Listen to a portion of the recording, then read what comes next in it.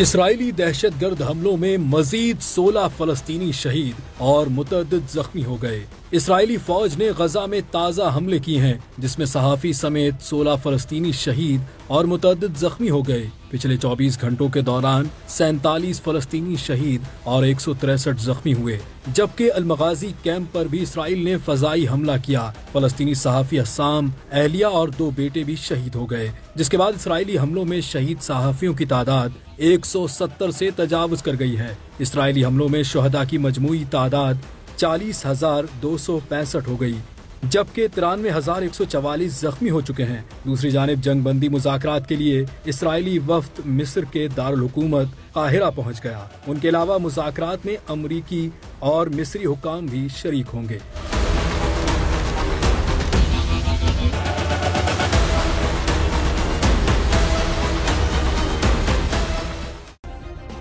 Subscribe करें और bell दबाएं ताकि कोई खबर रह न जाए।